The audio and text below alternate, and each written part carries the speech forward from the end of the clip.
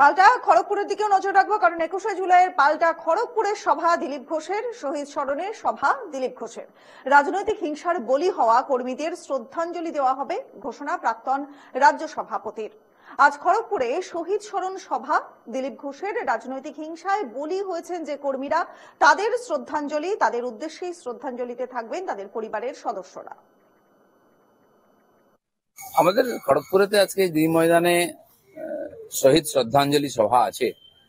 বিশেষ করে আমি যতদিন থেকে পার্টির দায়িত্ব নিয়ে কাজ করছি, সংঘর্ষ চলেছে, পার্টি এগিয়েছে, তাতে প্রায় 250-এর বেশি আমাদের রাজনৈতিক কর্মী রাজনৈতিক হিংসার বলি হয়েছেন।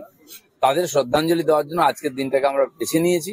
সেখানে একাধিক শহীদ পরিবারও থাকবেন, যাদেরকে আমরা সম্মান জানাবো। না, যেহেতু আজকে সারা পশ্চিমবাংলায় শহীদ দিবস হচ্ছে, তা আমাদেরও যারা সত্যিকার রাজনৈতিক শহীদ, যারা গণতন্ত্র প্রতিষ্ঠা করতে গিয়ে আর টিএমসির হিংসার বলি হয়েছেন, তাদেরকে আমরা শ্রদ্ধাঞ্জলি দিই।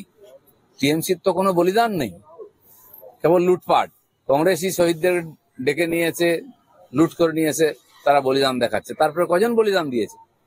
যারা এই শহীদের পক্ষে কথা বলছে, তারা যে হিংসার রাজনীতি করছে, তাতে পশ্চিমবাংলায় হাজার হাজার মানুষ মারা গেছে। আমাদেরও যে কর্মীরা মারা গেছেন, তাই আজকের দিনটা আমরাও বেছে নিই তাদের শ্রদ্ধাঞ্জলি দেওয়ার জন্য।